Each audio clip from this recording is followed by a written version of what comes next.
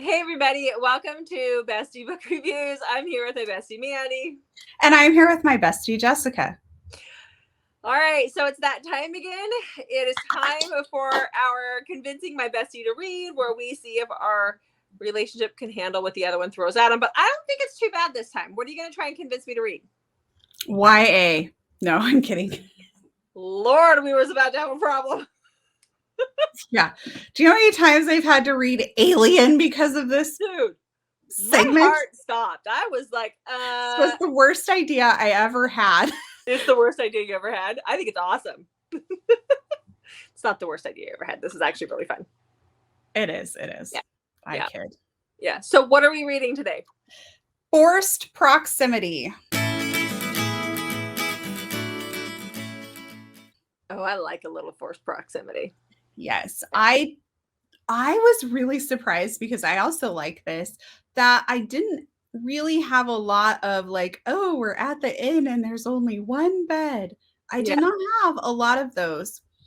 But I think that sometimes when I am reading that, there's other stuff going on. So I don't really think about it as Pay attention. Proximity. Yeah. So my forced proximity might be a little different, and I'll tell you what the forced proximity is in each of them. They're all forced into situations together, though. Okay. But first, go for it. Subscribe to our channel so you can be entered into our drawing. We're doing our Road to 1K giveaway, and our next giveaway is at 750 subscribers, where we will give away 9 Minutes by Beth Flynn. It is signed by her, and it has some swag that she sent us too for our giveaway. And we're also going to throw in some stuff to make it very exciting. And you can also get an extra entry by following us on Instagram, which is linked below. Yeah, so hit subscribe and share the channel. Shameless plug from us. Yeah, because we want to be able to give these books away. We've got 9 minutes is amazing. Oh, you want amazing. it. Yes. You want it. And then like we have plans for 1,000 that we are so excited for, but we have to get there. So let's get there. Yes. Yeah. Let's get there, and then we'll see what happens after that. Okay. So Mandy has 6 book recs, and I'm going to be writing them down, and then I will choose one, and then we will come back after I've read it and see how I liked it. So Mandy, let's get started. Okay. Are you ready? I'm ready. Okay. I went and checked your Goodreads just to make sure that you had not read any of these. And I will tell you, I am floored that there are some books out there that you have not read. So some of these are going to be rather popular, and some might be books that people have not heard of. So throwing that out there. So the first one is one that is pretty popular. It's called The Right Move by Liz Tomford. It is the second book in her Windy City series. She is teasing the third book. It's coming. I think I wrote down when it's coming out, but it's not coming out for a little bit. But you do not have to read book 1, which was Mile High, to read book 2. Mile High also has some forced proximity because there's like she's an attendant on the hockey plane. So she's forced around him that way. So you could always read that, but that's not part of this. It's really, really good though. So this book, The Right Move, is about Indy. Indy comes home. She also works on the plane. She comes home and finds her fiance. How did you describe that in our other video? Balls deep. It's just horrible. It's awesome. And so Stevie, who's the girl from the first book, asked her brother, who's an NBA star, if Indy can live with him because she needs somewhere to stay. She can't stay in the apartment anymore with her fiance. So Ryan is like sole focus on basketball. I don't do relationships. He doesn't even really do one night stands. None of that stuff. His sole focus is having the good guy of basketball persona.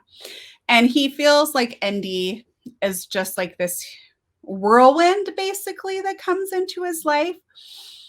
And he's trying to be nice to her, but he really doesn't. He's just very closed off, trying to protect himself so no one can hurt him, basically, with his status. You know, that sort of thing, like sell him out. Like whenever you read like tabloids and you're like, their friends say. I'm like, what kind of friend is Yeah. talking to the tabloids? Like, that's Yeah. horrible. That is not a friend. No. No. So anyway,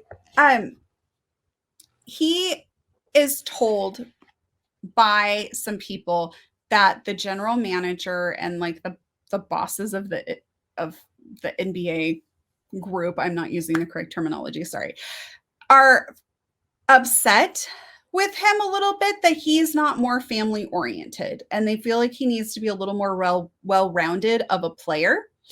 And Indy happens to be in the same place as him, and he introduces her like on a whim to the GM as his girlfriend. So, which kind of starts off a whole spiral. I'm not doing the book enough justice. It is fantastic. It is so good. So good. So you have like the forced proximity, and now he just put himself in a situation where Indy has to pretend to be his girlfriend. Okay. And they go camping. Okay. Okay. The next book is Whispers of You by Catherine Cowles. This is the beautiful hardcover special edition. Mm-hmm. And this is the regular edition here. Okay, just so you can see what both look like. So Whispers of You is about Holt and Rin. And this forced proximity is a little bit different because the forced proximity is that they live in a small town. You haven't read this, right? Okay, you're good. You were looking at me. Why are you giving me a weird look? I'm not giving you a weird look. Okay. So the forced proximity is they live in a very small town. Their families are very interconnected. Holt and Rin dated in high school and were like high school sweethearts and had their whole lives basically planned out together. Rin is shot in a break-in in her home, and Holt blames himself because if he would have been on time, he would have been there. But because he was late, these people were able to get into her home and shoot her. And he finds her. It devastates him. So instead of really like dealing with it, he ups and leaves and feels like she would be better off without him.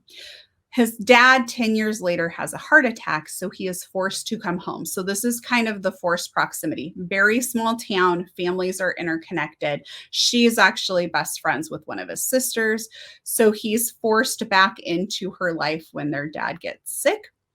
And this is them, like kind of a second chance romance, but it's Catherine Cowles, so there's also the romantic suspense because we're not done with things. Like somebody is not happy that Holt is back in town. Dun dun dun. Dun dun dun. Yeah, her towns are very scary. Yeah. Yeah. Don't want to live there. No. Okay, my next book is a super popular book. I know you haven't read it. I really like this. You can find it at Barnes and Noble. It's The Happy Place by Emily Henry. Okay, so this is kind of a reverse fake dating. We have Harriet and Wynn. This threw me. Wynn is the guy's name. And Harriet and Wynn have broken up, but they are in this couple's friend group that they've been friends since college, and now they're all adults. And once a year, they still get together at this cottage in Maine. And the parents who own the cottage are selling it, so it's kind of like the final goodbye, and they're guilted into both going. So they agree to go, and they're going to tell their friends when they get there. But because of a bunch of other circumstances, they decide maybe we shouldn't. We'll just fake it like we're still together. And so they end up sharing a room together and having to pretend that they are still together. It's told in flashbacks, so we kind of see their relationship, how it started and how it started to fall apart as well. I really enjoyed it. I thought it was good. There's some funny moments in here. Emily Henry writes really well, so the writing is done very well, but it definitely has more of that chick lit contemporary romance feel to it. But it also has sold a ton of copies, and there's a reason why her books sell. She's a good writer. So that's the forced proximity there. I really loved the whole, like, I like fake dating normally, although recently I haven't been enjoying it as much. But so it being the reverse, like where we've broken up, but we're going to pretend to still be together, was really kind of a cool way to do that. Mm-hmm. Okay. So next, I have Well Played by Vi Keeland. Okay. And Penelope Ward. Sorry, I always forget to say her. This is about Presley. She is a single mom, and her son just inherited half of his grandpa's inn. The other half is inherited by Levi, who is her son's uncle. Her son's dad is kind of just MIA, living his own life. Randomly shows up and calls, but really has nothing to do with them. Okay. So they go, Presley decides she's going to leave the busy city life. She's going to go back home because where the inn is where she grew up as well. And she wants to turn the inn into something that her son, who's only like 5 or 6, can one day have. Like, she wants to make this inn running again. And so she sets about working on it. Levi is like, no, let's sell it. He is a quarterback for, I think, the Broncos. And he's like, let's just sell it and be done with it. And she's like, no, I don't want to. This is like family history. I really want this for my son. And so she starts working on it. And he agrees that, well, fine. If you can get it fully booked before I leave for training camp, then we'll keep it. But otherwise, we're going to sell it. So she agrees. And then all of a sudden, Levi starts finding himself like wanting to help her do things that are helping improve the end. But this is his nephew's mom, his brother's ex. So there's this whole forbiddenness with it as well. I really enjoyed it a lot. Vi Keeland is a pretty easy read for me. Great palate cleanser. It was fun. I enjoyed this one. Okay. You ready for my next one? Yes. This one, I was floored that you have not read this book. Floored, Jessica. Sorry. I'll apologize right now. I'm sorry. I have no clue what I didn't do, but I'm sorry. You have not read The Words by Ashley Jade. No. It is so good. You would love it. It has some twistedness to it that you enjoy. We have Lennon and Phoenix. This starts with them meeting in high school where Lennon is asked to tutor Phoenix. Lennon is a little bit overweight and kind of down on her self-esteem and thinks that, bad boy rocker Phoenix is not going to want anything to do with her, but they actually click and really bond over music when she's tutoring him, and things kind of progress between the two of them. And then all of a sudden something happens and it blows up. And they're no longer friends. Then we fast forward several years later, and Phoenix is a famous rock star, and his life is really spiraling out of control. He's doing drugs, he's partying, and they keep hiring basically babysitters for him, like sober companions. And he keeps corrupting them, and they have to fire them and start over. And finally, one of the band members is like, you need to find Lennon. She's the only person that you're going to get to help control Phoenix, because she hates him with a passion. So Lennon is in a position where the money that's being offered to her is too good to pass up. So she agrees to finish this tour with them and keep Phoenix on the up and up. Phoenix is not happy to see her. She's not happy to see Phoenix. And things go from there. It is probably one of the best books I've ever read. I absolutely loved it. So the forced proximity, obviously, is that they're like stuck together like glue for this trip. Like, she has to stay with him all the time because he can't be trusted by himself. Mm-hmm. Yeah. Okay, that should be 5, right? Yes. Okay, ready for the last one? Yes. You might love me for putting this one on there. Ooh. Okay. So Wait, again, is it Grace McGinty? no. Oh, never mind then. Okay. So my next one for you, and before I tell you what it is, the forced proximity is that she babysits his little sister and he is home from college. So he is seeing her all the time. Okay. It's The 16th Need by Calla Reed. Okay. Okay, this is Sable and Sam. They meet in high school when Sable has to tutor Sam because Sam is not doing well. They are from literal opposite sides of the tracks. Sable is growing up in a 2-bedroom, falling down trailer. She shares a bedroom with her her 2 sisters, so there's 3 of them in one room. They lock their door at night to protect themselves. They have to hide things because their mom is a drug addict. And Sable is literally just counting down the days until she can leave for college. Sam has grown up in a very loving home, big house, all of that stuff. So they meet through tutoring and just become very good friends. It does not feel like a cliche with how they meet through tutoring. Like you don't even really realize what's happening. Like the book is just phenomenal. It's told through flashbacks. And so we're kind of like going back and forth. In present day, they're not really speaking, and she is super uncomfortable that Sam is back when she's just going over to his house to babysit his little sister in the summer. And in the fall, she gets to leave. So Sam is a year older than her. So she's just counting down the days until she's out. And so this is just one of her jobs that she does. And we don't know what happened to cause this drift between the two of them. And I can't really say a lot without giving things away, but that's basically the premise of the book. They're forced to be around each other, and we don't know why they're so uncomfortable with each other or where things went wrong, but we see some of that in flashbacks. It is just phenomenal. Calla Reed is a wonderful writer. This was one of my favorite reads of the year. So I have given you some very good books to read. The 16th Need, The Words, some of my favorite books ever. Yeah, you made it really hard.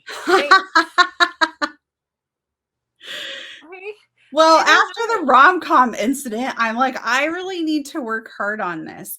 And then I was really, like I already said, super surprised. I apparently have not read a ton of like There's One Bed. Or if I have, it just doesn't feel like that's the center of the book, is this one bed type situation. Like so much other stuff is going on. So I really liked the forced proximities that I picked, because it's not just like, oh, there's one bed. There's like situations that are happening that are forcing these two people together. Yeah, which I love. Yeah. Okay. I don't know what to do. So I'm trying to decide. You should know which 3 I'm trying to decide between.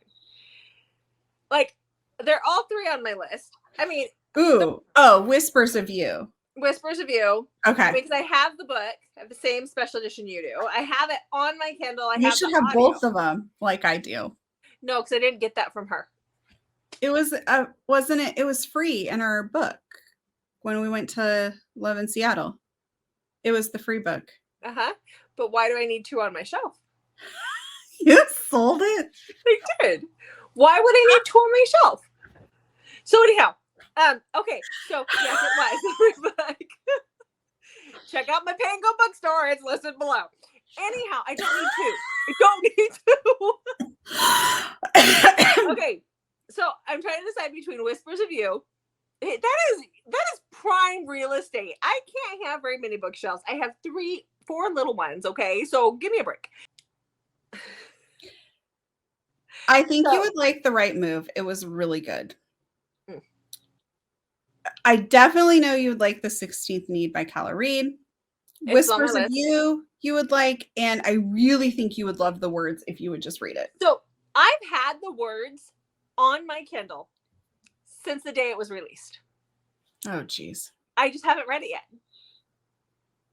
which is sad. So I know I'm going to read Calla Reed. Like Calla Reed is a given.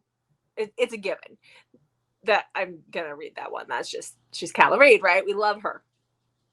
And Whispers of You, I have to do it at some point in time. And then the words, I don't know which one to choose. Why is this so hard? I don't know. We're gonna see Ashley Jade in Vegas. I know. That's why I think I'm leaning towards the words. We'll see Catherine Cowles again too, but yeah, I think I'm gonna go with the words because I've had it for so long, and I look at it all the time, and I go, yeah, I need to read that, and then I move on to the next one. Really good. Yeah. Okay, don't be mad. You've already committed, but it's over 600 pages. Yeah, but there's audio, so that's just a few hours. We're good. That's a few hours at 350. We're good. Okay. Speed, yeah. Okay. All right. Well, we'll be back when I get done. Okay. Okay, Jessica, what did you think? I loved it. You did so good this time. Yay. So, yeah, I gave it 5 stars. This was awesome. I listened to it. By the way, Teddy Hamilton is one of the voice narrators for the audio. So, you know, duh, that was a given that I was going to love that. But yeah, it's a long one, but it's good. So good. Everybody should have read it by now. I know it's popular, so I know a lot of people already have, and they're probably wondering what's wrong with me. But yeah, if you haven't read it, you should go read it. It is worth I it. actually felt like when I was done, I'm like, I could have read like another 600 pages. Yeah, when the epilogue in it, I was like, that's it? Where's the rest? And then I was like, are we getting more books for like the side characters? Because I would love more information on the side characters. So there were other things going on. So there is another book. It's called The Choice. It is about Skylar, Memphis, and Josh. And then The Consequence is the second book that Ashley Jade has not finished. And if you follow her on her social media, you know that she went through a divorce last winter, I think it was. Mm-hmm. And she's really been struggling to get back into writing. And I know it's very frustrating from her based on her posts. So hopefully everyone will just be very supportive and patient with her while she tries to get back into her groove again. Yeah. Well, it's good to know that book is out, because when I went and looked at Goodreads, it doesn't show them as like linked where they're like a series. At least it didn't. Mm-hmm. So I was like, is it out? Is there another one? Because it was totally setting things up for more books. So well, and The Choice definitely kind of ends on a cliffhanger, and you really need that second book. So I would, as much as I want to say like support Ashley Jade, I would like also be like, wait, and hopefully The Consequence does come out so you can read them together. I don't know. Especially if Teddy Hamilton narrates that one. I do not regret reading it though. I'm not sad I already read it. Yeah. I loved this. This was great. This was wonderful. Good. I'm so glad you liked it, because like you do not like rom-com. But you didn't probably like my rom-com suggestions because that's just not your thing. Yeah, rom-com's typically not my thing in general. Yeah. So yeah, no. But this was good. This was awesome. I liked this a lot. Good. So, yay! Now you should go read The 16th Need. I will eventually. I'm waiting for her audio to come out. Okay. Anyhow, yeah, so that's it. Okay, guys. So run right out and read this if you haven't yet. Otherwise, thanks again for watching. Join us again when I will see what I can get Mandy to read. It'll be my turn next. So yay! Make sure to check back on Mondays, Thursdays, and Saturdays for new videos from us, and leave us a comment. Have you read any of these forced proximity books, and what are some of your favorite forced proximity recs? Yeah, definitely. I'm curious to see what people will say. And until then, we'll see you guys in the next video.